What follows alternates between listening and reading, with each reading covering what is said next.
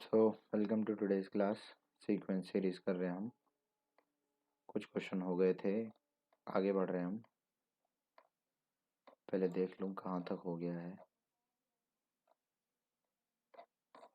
हम्म,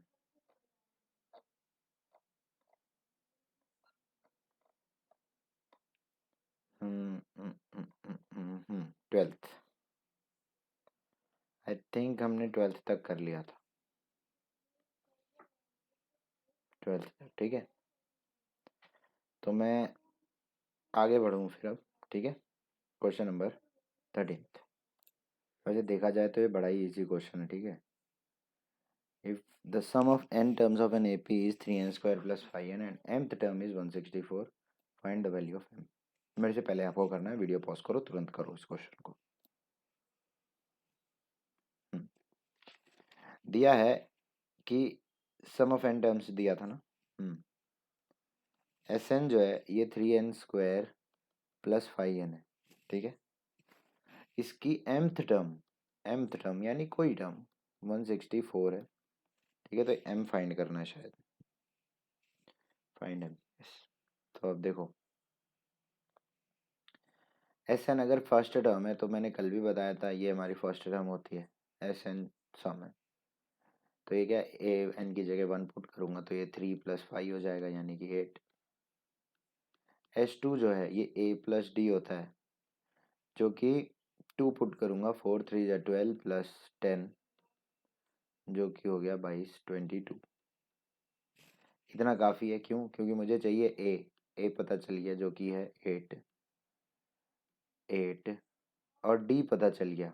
D क्या है इसमें से, ए प्लस डी है, तो डी आ गया कितना, 8 निकाल दो तो बचा 14। डी आ गया 14। ठीक है, कुछ गड़बड़ है?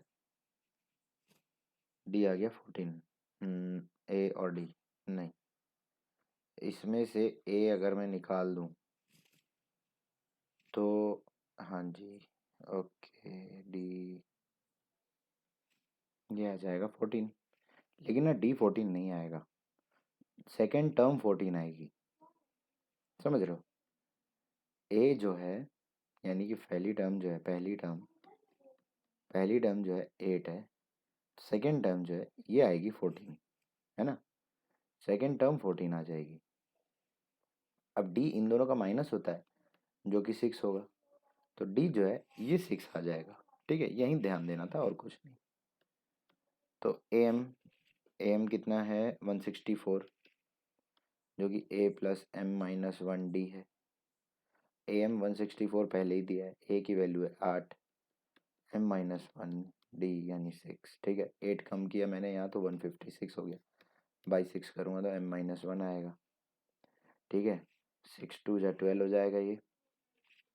या 6 150 में कब जाता है, 6 150 में आता है 25 में, 61, हाँ 25 या 26 हो जाएगा।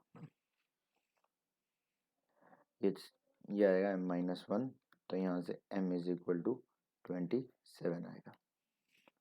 m इज इक्वल टू 27 आ गया। m ही चाहिए था, ले लो भाई, m आ गया 27। चलिए बढ़ते हैं अगले पे, 14th 1। ठीक है, बड़ा अच्छा क्वेश्चन है, दिखने में थोड़ा अजीब सा दिख रहा है। Insert 5 question between 8 and 5 number, sorry question. Insert 5 numbers between 8 and 26 such that the resulting sequence is an AP। ठीक है, 8 और 26 के बीच में 5 नंबर घुसा दो और वो सब AP में होने चाहिए। ठीक है, मतलब आप उन सब नंबर को फर्स्ट 8 लिख के फिर उसके बीच में 5 नंबर और 26 लिख दोगे तो वो पूरा AP एक बनना चाहिए। ठीक है, तो अगर आपको कुछ मैंने बताया था AM का कॉन्सेप्ट, है ना। एक मिनट, हाँ। AM का कॉन्सेप्ट क्या था? AM कॉन्सेप्ट यानी अर्थमेटिक प्रोग्रेशन, है ना। जगह पे आ जाते हैं। अब यहाँ पे अर्थमेटिक प्रोग्रेशन का, एक मिनट हैंग हो गया है, एक मिनट, थोड़ा टाइम समय दो।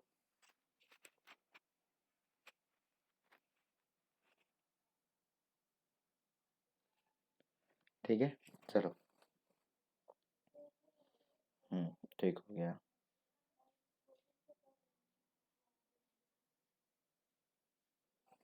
ये बोल रहा है कि 8 पहली टर्म है, second term, third term, fourth term, fifth term, sixth term, 1 2 3 4 5 हो गए, और 26 अपने आप में एक एपी बनने चाहिए।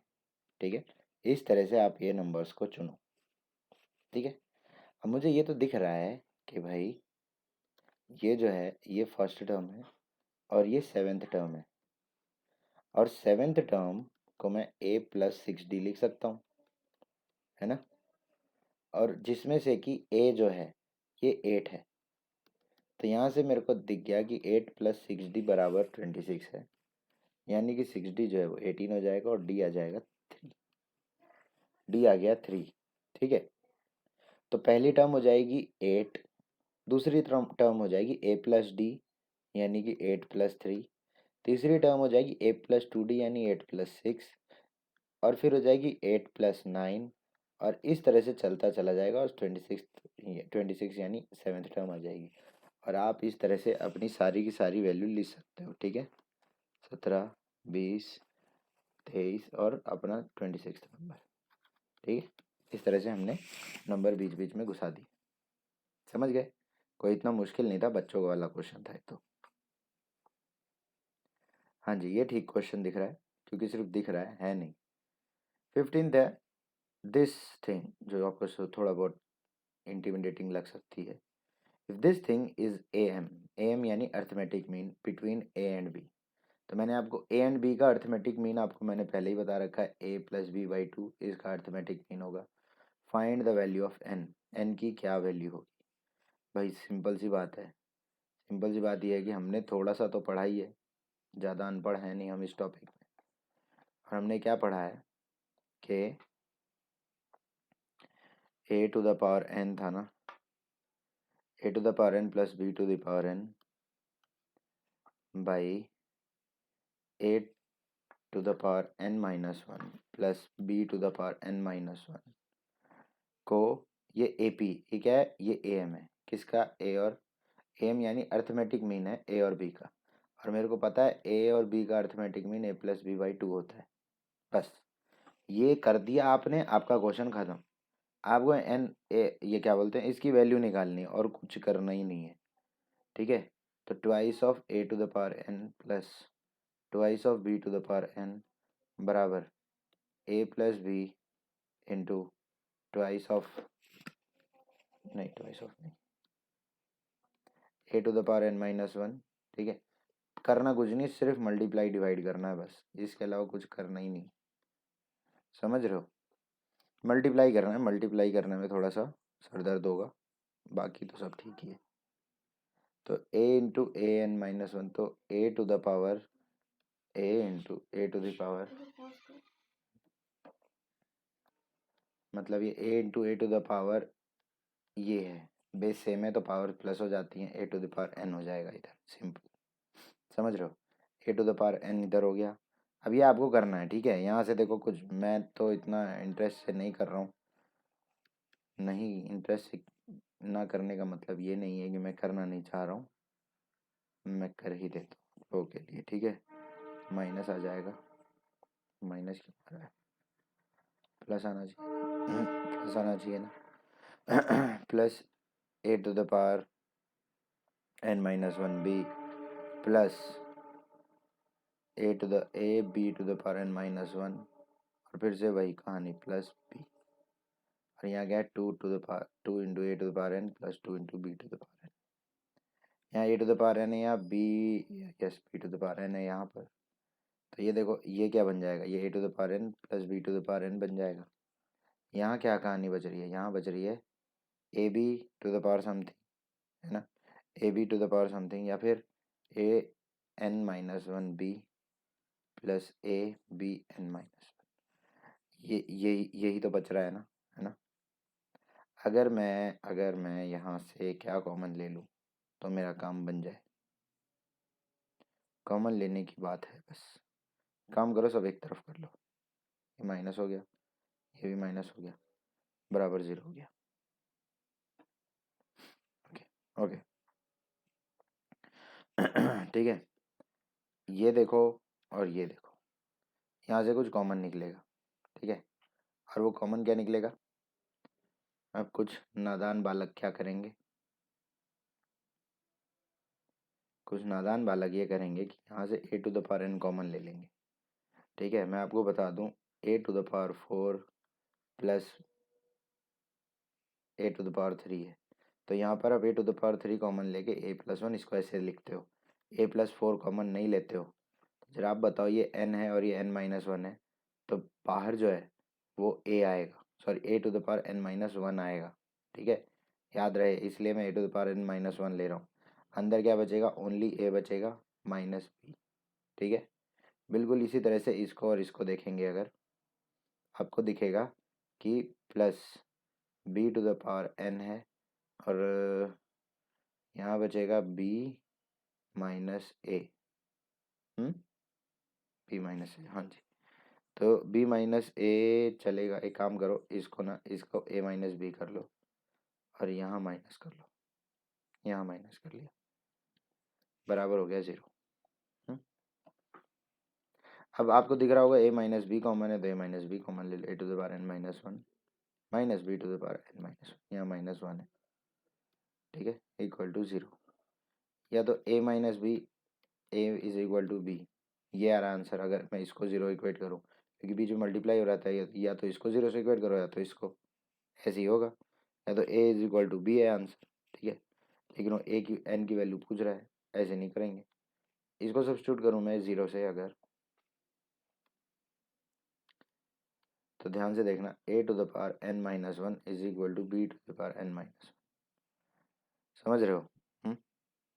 तो ये क्या आ गया, a to the power N by a is equal to b to the power N by b, है ना।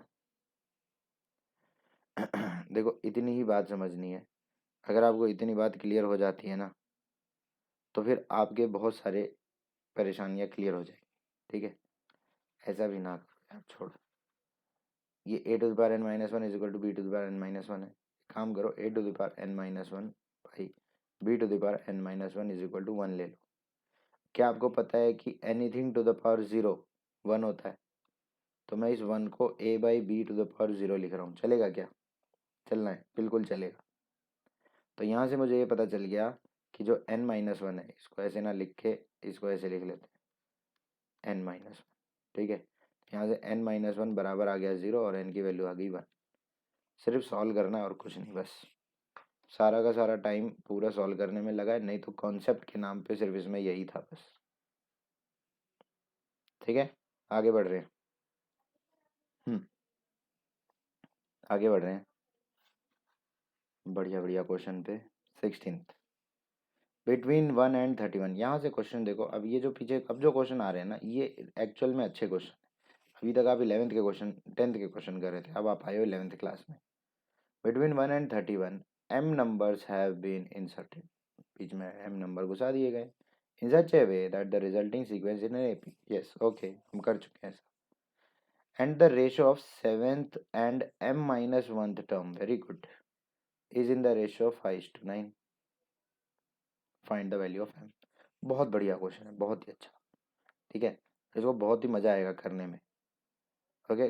डरना नहीं है, ये सब देख के, ये सब बहुत ही अच्छे क्वेश्चन होते हैं, ये सब आपको बहुत कुछ सिखा के जाते हैं, ठीक है। इसलिए इनकी इज्जत और बढ़ जाती है, इसलिए नहीं क्योंकि आप कर नहीं पाते हो, इसलिए क्योंकि ये बड़ी मज़ेदार क्वेश्चन है। ये क्या बोलना चाह रहा है? बोल रहा है कि 1 और 31 के बीच में, 1 और 31 के बीच में m टर्म्स डाल दी गई हैं। कितनी टर्म्स? m टर्म्स, तो ये तो बड़ी अच्छी बात है। m टर्म्स अगर डाल दी गई हैं तो कुल मिला के कितनी टर्म हो गई? यहाँ पर m, यहाँ 1 और यहाँ 2, तो टोटल टर्म्स कितनी होगी? m plus 2 terms. टोटल कितनी है? m plus 2 terms, m plus 2 terms, ठीक है। तो ये कौन सी टर्म होगी? ये वाली है, ये m प्लस 2th टर्म होगी, है ना। बस ये ध्यान धीरे धीरे धीरे देखना और कुछ नहीं, बस बाकी सब तो खेल है बस, ठीक है, समझ रहे हो। तो टोटल टर्म्स है m प्लस 2, तो इसका मतलब 31st टर्म क्या है? m प्लस 2th टर्म, है ना। चलो ठीक है, एक काम करते हैं, ये वाला फॉर्मूला ज़रा एक बार लगा लेते हैं, क्योंकि हमें डी चाहिए। ए तो हमें पता है, ए कितना है, 1 है ना। ए एन यानी कि 31, 1 है ये ए। और ये कब आता है, एन क्या है इसके लिए, 31st के लिए एन क्या है, M plus 2 minus 1 into D. समझ रहे हो, तो ये आ गया 30, 30 is equal to M plus 1 into D. तो भाई डी कितना आ गया, 30/m+1। ठीक है, 30/m+1, एम क्या है कोई जानकारी नहीं। अच्छा जी, ये बोलता है कि 7th and m-1th term, 7th term और m-1th टर्म, ठीक है, इनका रेशो ये है। तो फिर काम करते हैं, पहले देख लेते हैं आ कितना रहा है ये। क्योंकि मैं जानता हूँ 7th टर्म को मैं a+6d लिख सकता हूँ, और मैं जानता हूँ a की वैल्यू है 1, 6 इंटू डी की वैल्यू है 30/m+1। समझ रहे हो, तो यहाँ से एलसीएम अगर लूँगा तो ये m+1 प्लस 6 3 जा 18 होता है, बाई m+1 आ गया। और ऐसा करने से कितना आ जाएगा, ऐसे करने से अपने को मिल रहा है, मुझे गड़बड़ यहाँ ये दिख रही है कि ये 7th टर्म जो है, अरे क्या बीच में आ रहा है, ये जो 7th टर्म है ये कौन सी टर्म है, एक मिनट ज़रा मेरे को पीछे जाना पड़ेगा। m टर्म्स बीच में है, have inserted in such a way that resulting sequence is एपीइंग in the ratio of 7th and m-1th term.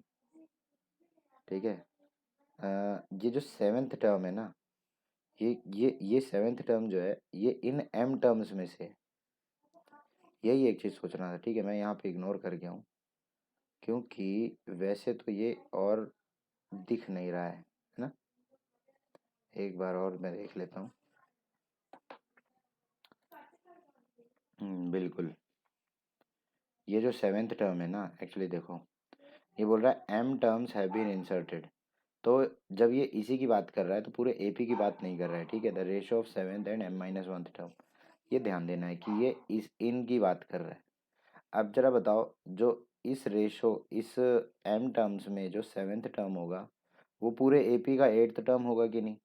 हम्म, तो 7th टर्म के लिए n 7 लूँगा, और m-1th टर्म के लिए n m-1 लूँगा, है ना। बस यही ध्यान रखना था। चलो चलो कोई बात नहीं, फिर से कर लेंगे ये। तो 7th टर्म के लिए ये होगा 8th टर्म एक्चुअली, हाँ ये हो जाएगा a+7d, यानी कि 1+7 इंटू 30m+1। ठीक है, ये आ गया कितना, m+1 प्लस 210/m+1। ठीक है, ये हो जाएगा 1+210 2 1 1, बस इतनी सी बात है। अभी हमको एक चीज़ और ध्यान देना था कि mth टर्म क्यों बोल रहा हूँ, क्योंकि n की वैल्यू क्या है, n की वैल्यू अब क्या लेनी है, इस पूरे जो उन m टर्म्स में से m-1th टर्म में n की वैल्यू यही लिखनी पड़ेगी, है ना। तो फिर a+n-1d वाले में n जो है वो है m-1 अगेन, क्योंकि ये पूरा का पूरा ही n है, into D 1+m-2 into m-2 into m-1 इधर आ गया m-1। अब यहाँ पर ना मैंने एक चीज़ और क्या कर दिया, n की वैल्यू 7 नहीं होगी, 8th टर्म होगी तो n की वैल्यू 8 होगी, और ये m होगी, m की वैल्यू n की वैल्यू m होगी। ठीक है, एक दो चार गलतियाँ वो बार बार हो रही हैं, मज़ा नहीं आ रहा उससे, m-1 ही रहेगा। ठीक है, रहेगा m-1। 30 सुबह से क्लास ले लेके दिमाग चलना बंद हो गया। ठीक है, ये हो गई। इसमें ज़्यादा छेड़ाछाड़ी करेंगे तो बड़ा लंबा खींच जाएगा है, लेकिन बिना छेड़ाछाड़ी के होगा भी नहीं है ना। इसको सॉल्व करेंगे अगर, तो यहाँ तो m+1 आ गया, प्लस ये आएगा 30m-30/m+1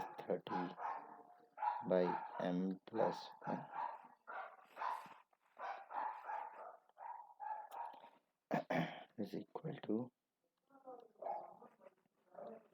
ये आ जाएगा 31m-29/m+1। ओके, तो यहाँ पे कितना रेशो गिवन था भूल गया मैं, 5:9 था। तो भाई रेशो तो 5:9 था। देख लेते हैं अब कि ये 8th टर्म और ये वाली टर्म, तो m+211/m+1 पेन बदल देते हैं, m+211 m+1 31m-29 m+1 5:9। ठीक है भाई, यहाँ से m सॉल्व करो, ये काटो, m सॉल्व करो, m की वैल्यू आ जाएगी 14। ये काम आपको करना है, ठीक है। यहाँ से कोई इतनी बड़ी चीज़ नहीं है कि आप ना कर पाओ, ठीक है, समझ रहे हो। ठीक है, 16 के बाद देखो, ये 17 और 18 बच्चों वाली चीज़ें हैं, ये आप खुद करोगे, ठीक है, ज़्यादा कुछ है नहीं इसमें। हम आ गए हैं अब जीपी पे। जीपी यानी ज्योमेट्रिक प्रोग्रेशन, ठीक है। ज्योमेट्रिक प्रोग्रेशन जो है अपने आप में एक टोटली नई चीज़ है जो आप पढ़ने जा रहे हो। और नई चीज़ मैं बोल रहा हूँ इसलिए क्योंकि, एक मिनट, हाँ, नई चीज़ जो है ये बिल्कुल आपके लिए नई चीज़ है। मैं इसलिए नई बोल रहा हूँ क्योंकि एपी तो आपने पढ़ ही लिया है, लेकिन वो आपने 9th-10th में पढ़ लिया था ना, फिर आप 11th में उसके ऊपर और क्वेश्चन करो, लेकिन जीपी के बारे में आप खास जानते हो नहीं, ठीक है। जिस तरह से एपी अपने आप में एक चीज़ है जिसमें ए, पहली टर्म ए होती है, दूसरी टर्म a+d होती है, और ये a+2d होती है। मतलब हम करते ये हैं बेसिकली कि इन सब में हम एक कॉमन टर्म ऐड करते चले जाते हैं, है ना, कुछ एक पर्टिकुलर टर्म ऐड करते चले जाते हैं, इस तरह से हमारा एपी बढ़ता रहता है। जबकि जीपी में यही चीज़ होती है लेकिन मल्टीप्लाई होती है, ठीक है। अगर जीपी में पहली टर्म ए है तो दूसरी टर्म ए इंटू समथिंग होगा, और उस समथिंग को हम कॉमन रेशो कहते हैं। क्या कहते हैं? कॉमन रेशो, ठीक है। मल्टीप्लाई होगा, ध्यान देखो, ये यहाँ पर देखो, अगर चलो कुछ देर के लिए मान लो आर ना लिखूं तो यहाँ पर डी मल्टीप्लाई होता है, ठीक है, और डी अलग तरह से भी निकलता है, उसके बारे में बात में करूंगा, ठीक है। तो यहाँ पर एक बार डी और मल्टीप्लाई होगा, इंटू डी होगा, तो इंस्टेड ऑफ राइटिंग दिस मैं यहाँ डी स्क्वायर लिख रहा हूँ। अगली टर्म में ए डी क्यूब होगा, उसकी अगली टर्म में A D to the power 4 होगा। इस तरह से कहानी आगे बढ़ती चली जाएगी। एपी का यहाँ कोई काम नहीं है फिलहाल के लिए, मैं एपी को हटा रहा हूँ, ठीक है। और इस डी को मैं कॉमन रेशो बोलते हैं, ठीक है। Just to avoid any confusion मैं इसको बोल दूँ आर। और आपको दिख भी गया होगा आर कैसे निकलता है। आर कैसे निकलता है? फर्स्ट टर्म अगर मैं ऐसे लिख दूँ, सेकेंड टर्म ऐसे लिखूँ, तो आर हमेशा a2/a1 होता है, या डिवाइड करने पे आता है, ठीक है।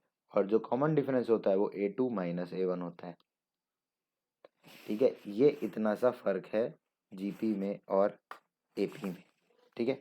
आई होप आपको समझ में आया होगा एपी में और जीपी में, ठीक है। तो मैं जीपी आपको एक एक जो है जीपी आपको दिखा देता हूँ, ठीक है, कैसे एक जीपी होती है। हम्म? जैसे 2, 4, 8, 16, 32, ये अपने आप में एक जीपी है। क्या है ये एक जीपी है, जहाँ पर ए यानी कि पहली टर्म तो 2 है, और जो आर है, आर यानी कि कॉमन रेशो, वो क्या है 4/2 यानी कि 2 है। 2 2 2 जा 4, 4 टू जा 8, 8 टू जा 16। इस तरह से ये कहानी आगे बढ़ रही है बिना रुके। समझ पा रहे हो? तो ए की वैल्यू आ गई 2, आर की वैल्यू आ गई 2। उसी तरह से एक जीपी ऐसे भी हो सकती है कि यहाँ पर हमने कर दिया 1/9, 1/3, 1/9, 1/27, 1/81। इस तरह से ये एपी चलता चला सॉरी जीपी चलता चला जा रहा है। यहाँ पर जो पहली टर्म है वो है 1/3, जो पहली टर्म है वो है 1/3, और जो कॉमन रेशियो है वो क्या है 1/9/1/3, जो कि 1/3 है। 1/3 में 1/3 मल्टीप्लाई करूंगा तो 1/9 आता है, उसमें 1/3 मल्टीप्लाई करूंगा तो ये आता है, उसमें 1/3 मल्टीप्लाई करूंगा तो ये आता है। आई होप समझ में आया होगा आपको, है ना?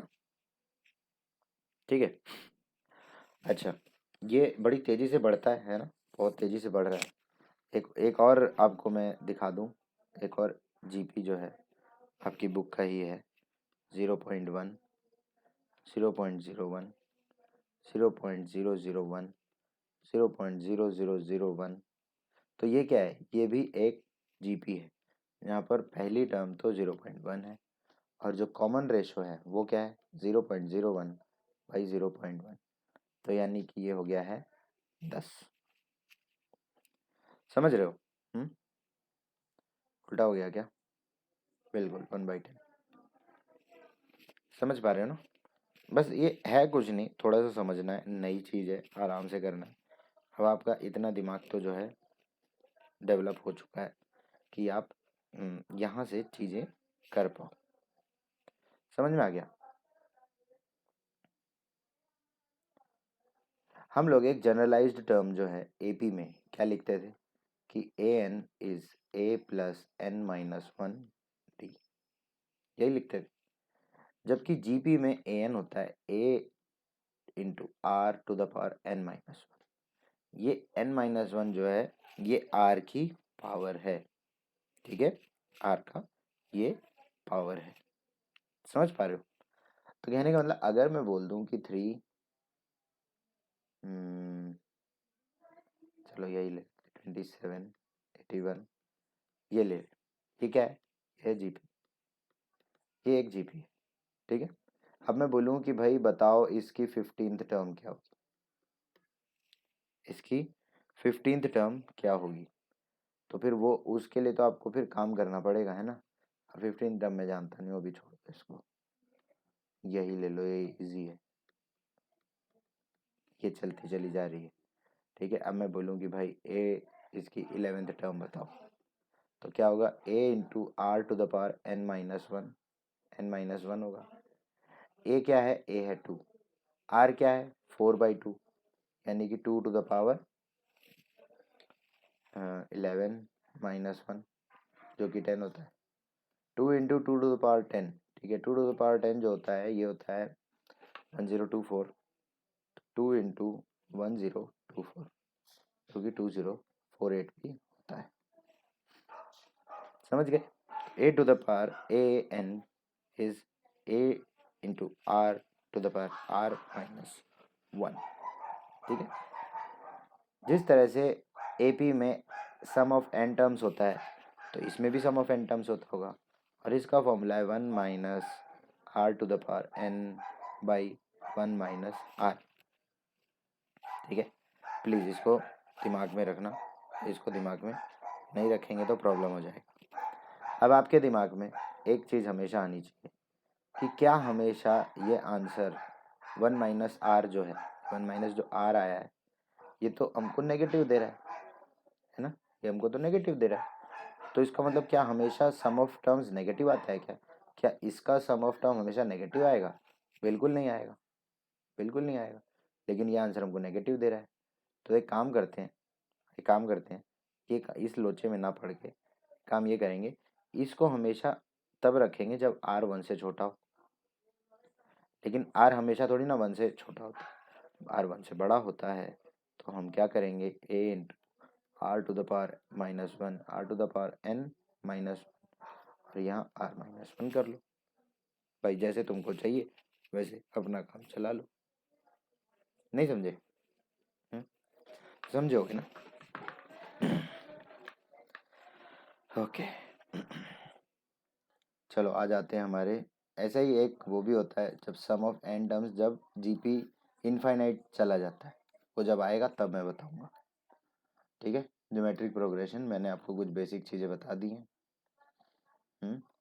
First term, this is common ratio, last term N is number of terms, पहले से जानते हो आप। ठीक है, जनरल टर्म, जनरल टर्म कहाँ है? यहीं होना चाहिए, पता नहीं कहाँ गिरा।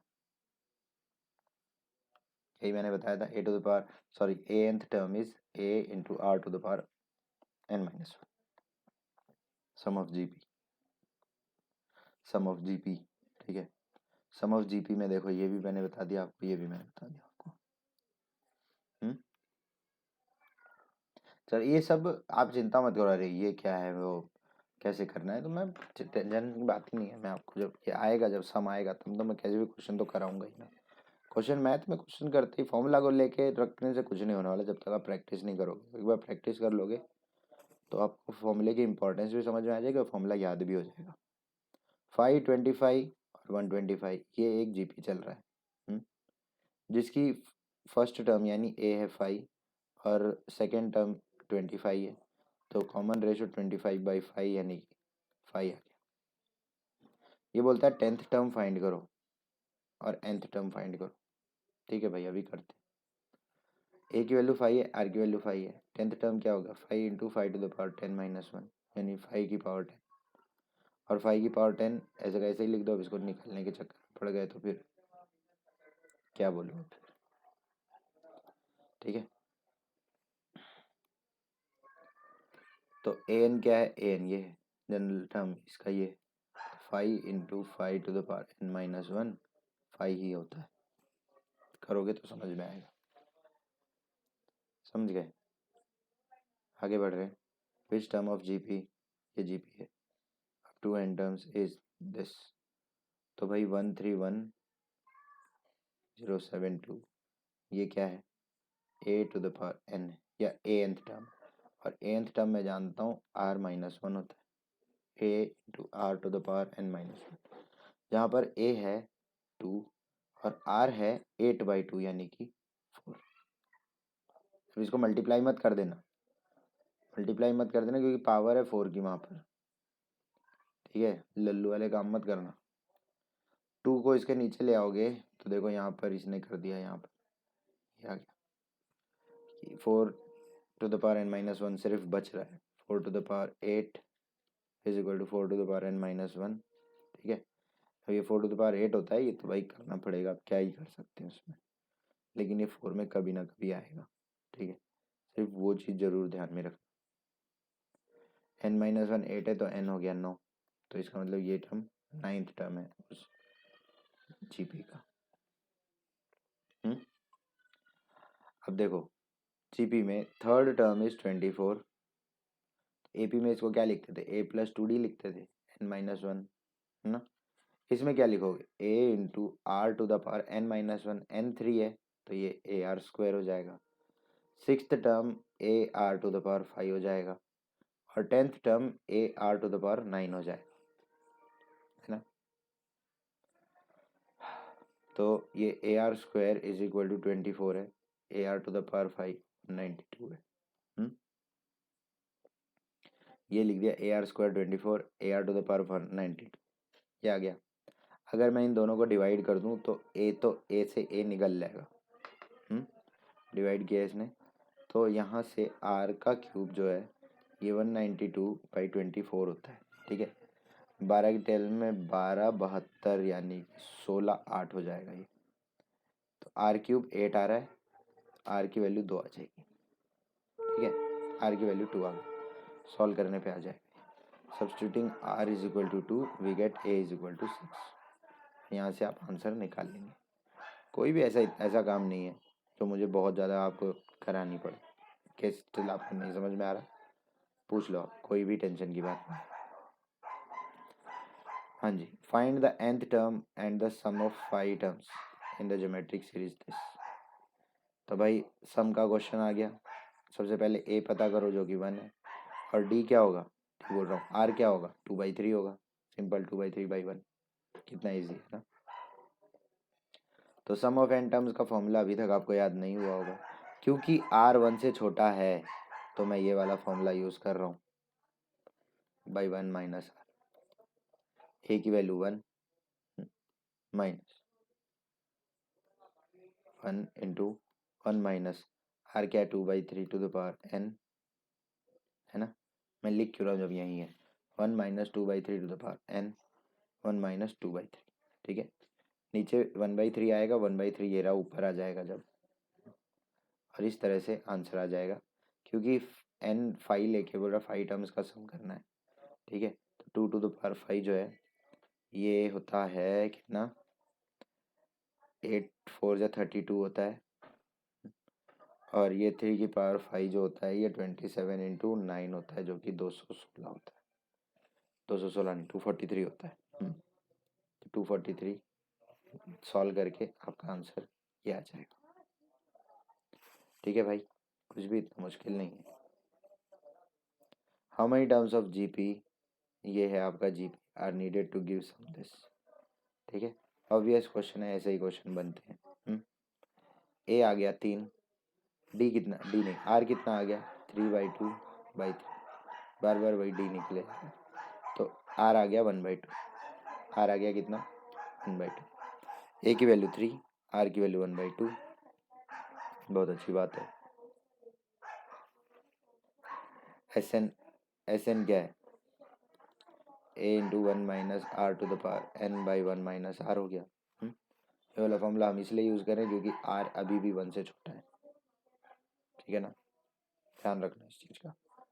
3069/512, 3069/512, ये कहानी देखो, ये सब तो करना ही पड़ेगा। अब आप इन सब चीज़ों से डरना मत, ठीक है ना। 1/2 आ जाएगा, 3 ऊपर, 3 के साथ 2 जब ऊपर जाएगा तो 6 बन जाएगा, ठीक है। और ये 1 minus 1/2 to 1 minus 1/2 to the power N R. अब क्लियरली आपको यही सॉल्व करना है बस, और ऐसा नहीं है कि आप ये सॉल्व कर नहीं सकते। ये 1 माइनस हुआ, ये 3/2 3027 हो गया, 3/2 3027 जो होता है 1/2 1024 होता है। और मैंने आपको भी बताया कि 2 टू द पावर 10 1024 होता है, ठीक है। इसको याद रख सकते हो तो रख लो, कुछ ज़्यादा जाता नहीं। ओके, एन की वैल्यू आ गई 10। अब धीरे धीरे हम अंदर घुस रहे हैं और कुछ अच्छे क्वेश्चन हमको देखने को मिलेंगे, और उन क्वेश्चंस को करेंगे तभी हम थोड़ा सा सीख पाएंगे, ठीक है। मैं नहीं चाहता कि ये 14th क्वेश्चन आप देखो, तो अगर आप ये 14th क्वेश्चन बिना देखे करोगे तो काफ़ी अच्छा होगा, काफ़ी कुछ क्लियर होगा, ठीक है। तो अब यहाँ से क्वेश्चन आप खुद करो, ठीक है। यहाँ से क्वेश्चन वीडियो पॉज करो और खुद करो, सीखना है तो खुद करो, बाकी तो आपकी मर्जी है, क्या कर सकते हैं फिर तो। The sum of first 3 terms of GP is 13/12, याद रहे first 3 terms, okay. And their product is -1, उनका प्रोडक्ट जो है ये -1 दे रहा है, बस यही चीज़ है जो मज़ेदार है। Find the common ratio and the terms.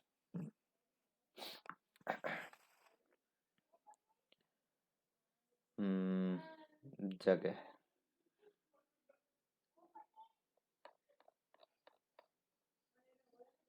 चलो, ये बोलता है कि फर्स्ट 3 टर्म्स का सम जो है, फर्स्ट 3 टर्म्स का सम A1 A2 A3, इन तीनों का सम जो है ये कितना था, 13/12,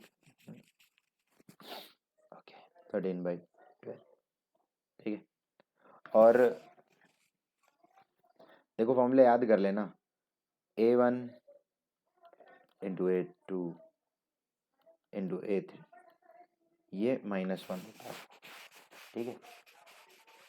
अगर आप थोड़ा सा दिमाग लगाओ ना, थोड़ा सा दिमाग, आप एक काम करो, ए जो है फर्स्ट टर्म तो ए लिखते हैं, सेकेंड टर्म ए आर लिखते हैं, third term a r square लिखते हैं, यही लिखते हैं ना, क्यों यही लिखते हैं।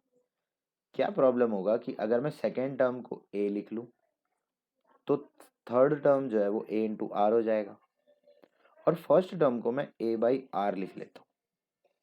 ठीक है, बस यही सोचना था और कुछ नहीं सोचना। तो ये क्या दिख रहा है आपको, ये आर से ए आर गया, और मेरे को आर ही निकालना था, -1, आर निकल गया पूरे में से, खत्म हो गया। ए क्यूब अगर -1 आ गया, ए क्यूब क्या है, -1 आ गया।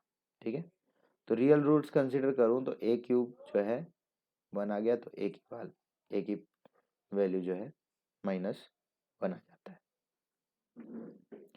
समझ गए, एक ए अगर -1 आ गया है, तो अब यहाँ से चीज़ें बड़े आराम से आप निकाल सकते हो कि मैंने आपको बोला इसको ए ले लो, ये ए आर ले लो, ए बाई आर ले लो। समझ गए।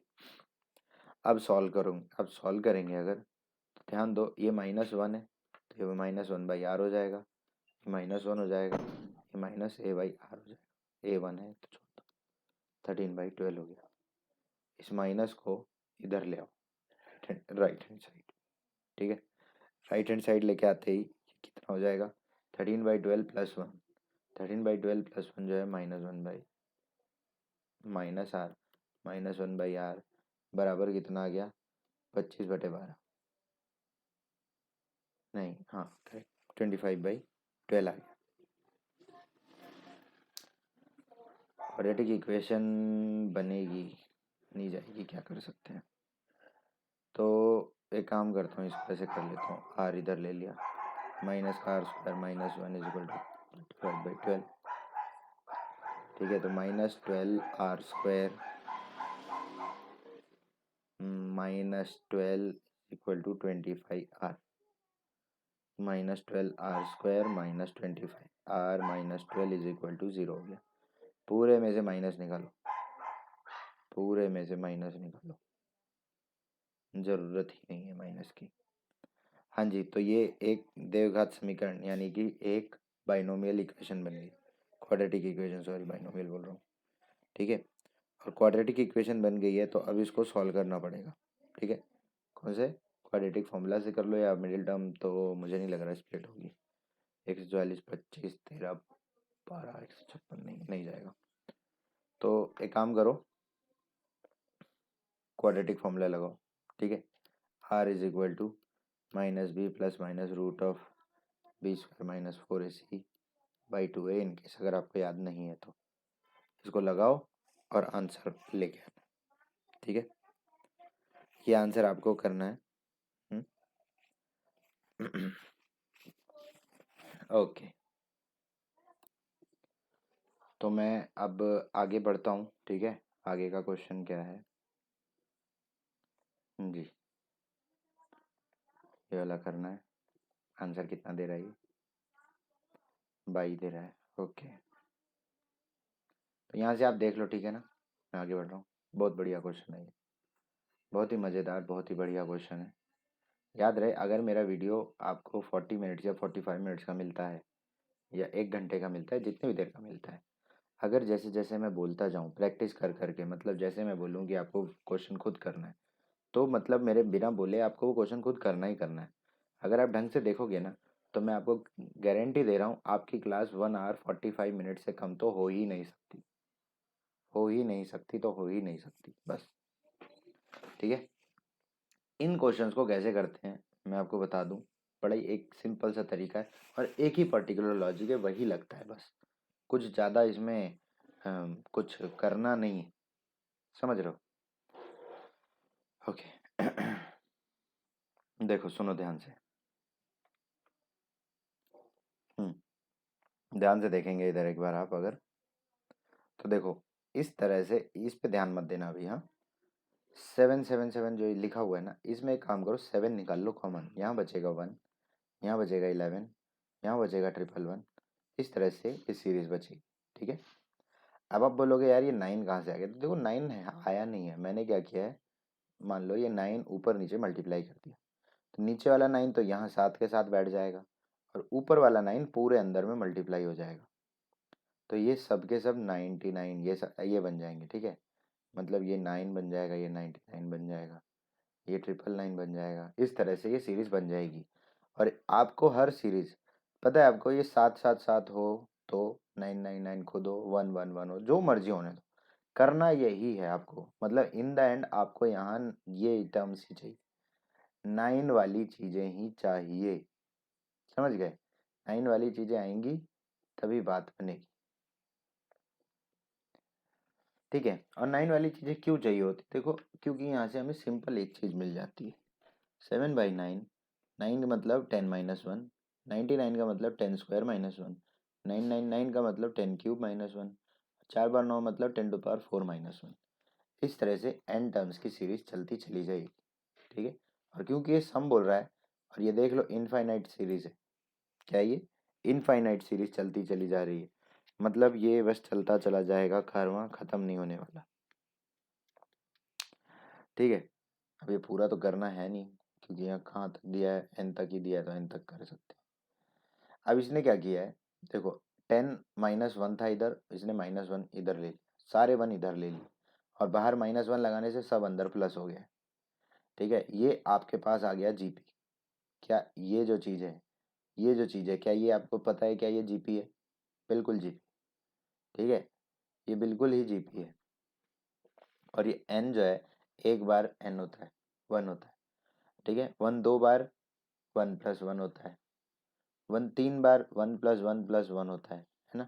तो 1 को एक बार ऐड किया तो 1 आता है, 1 को 2 बार ऐड किया तो 2 आता है, 1 को 3 बार ऐड किया तो 3 आता है, 1 को n बार ऐड किया तो n आता है, ठीक है। तो यही इसीलिए इसने यहाँ n लिख दिया, बस n कहाँ से आया, ये है। अब ये क्या चीज़ है, ये कोई चीज़ नहीं है, ये फॉर्मूला है, a+r⁴n-1। यहाँ r बड़ा है, r 10 है, इसलिए मैं ये वाला फॉर्मूला यूज करूँगा, r-, समझ गए, ये आ गया।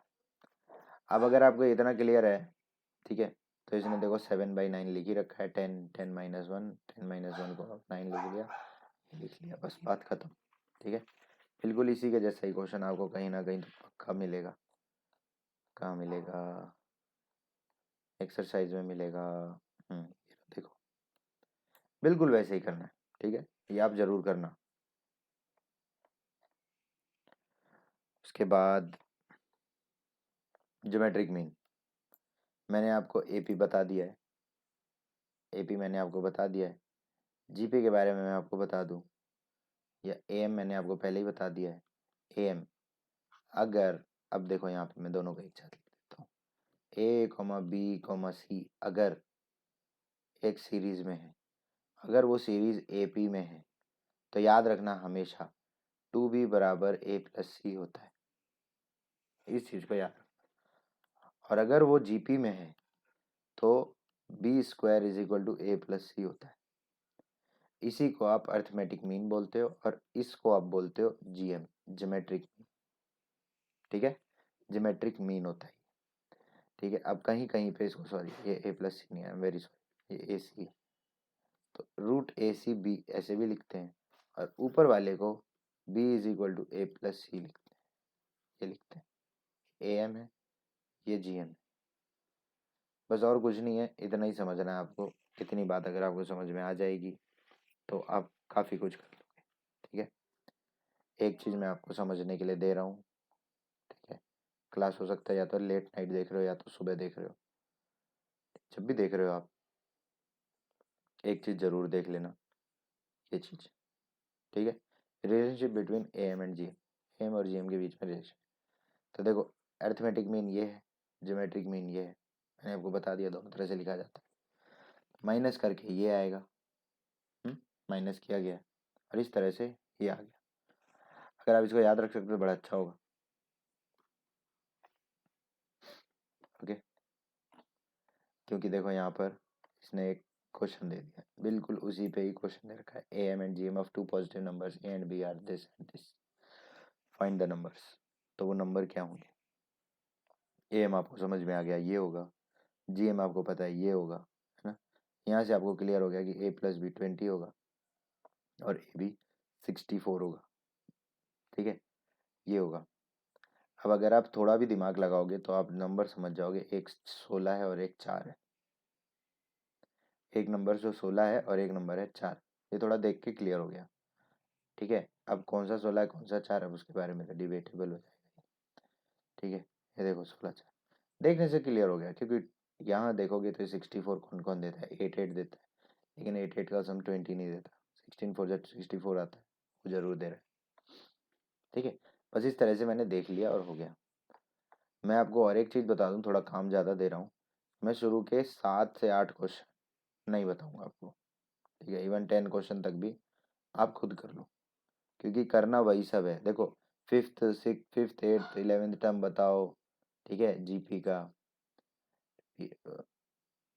अच्छा, ये 11th टर्म, फिफ्थ एट्थ और 11th टर्म ये है, show that Q square is equal to P S. तो यार ये सब चीज़ें देखो आप खुद कर लो। ठीक है, ये सब चीज़ें मुझे बताने की ज़रूरत नहीं। ओके, वो 2 इक्वेशन आएगी। हम एपी में जो चीज़ प्लस करते थे वो लगभग इसमें मल्टीप्लाई करते हैं, और वहाँ जो माइनस करते थे यहाँ डिवाइड करते हैं, है ना। ए प्लस एन माइनस वन, इस तरह से 7D और ए प्लस 8D ऐसे देते थे। ये कुछ नंबर होता था, मान लो 17 होता है, ये 20 होता है मान लो अगर। तो इस तरह से हम इसको माइनस करके किसी तरह ए और डी निकालते थे। लेकिन यहाँ पर अब ऐसा नहीं बनेगा। यहाँ पर कैसा बनेगा, यहाँ पर A are to the power 6 equal to 17 ऐसा आ जाएगा, और A are to the power 7 आपको 20 आ जाएगा। तो ये दोनों को डिवाइड करना पड़ेगा, आर की वैल्यू आ जाएगी। तो भाई ये सब चीज़ें आप कर लो। अगर नहीं समझ में आती तो मुझे व्हाट्सएप करके ज़रूर बता देना, मैं नेक्स्ट क्लास में ये सब इंक्लूड कर दूंगा। ठीक है, अगली क्लास में मैं 9.3 कोशिश करूँगा ख़त्म करने की, सो दैट मैं आपको, मेरे को बताया गया है आपका कुछ एग्ज़ाम्स है, तो मैं आपको जल्दी से जल्दी रिलीव कर दूंगा। ओके, तो आप अपने एग्ज़ाम के लिए पढ़ लो। अब देखते हैं ये क्लास एक एक एक बार में हो जाएगी या 2 क्लास लगेगी, वो हम अपना देख लेंगे। ठीक है, ये सब चीज़ें एग्ज़ाम में काफ़ी आती हैं। ठीक है, ये जो आपकी स्क्रीन पे जो जो क्वेश्चन दिख रहे हैं ये एक्चुअली एग्ज़ाम में आते हैं। ठीक है, तो चलो फिर एक काम करते हैं, अभी नेक्स्ट क्लास में मिलेंगे। क्लास लगभग 50 मिनट की है। हम्म, इसको जल्दी से जल्दी ख़त्म करना बहुत ज़रूरी है। क्लास जो लोग मिस कर देते हैं और जो सोचते हैं बाद में कर लूँगा, वो प्रैक्टिकली बाद में कभी नहीं आता। शायद अभी आपको वो बहुत ही प्रैक्टिकल लग रहा होगा कि बाद में करना, लेकिन आप समय के साथ समझ जाएंगे उसे। चलिए, बाय बाय।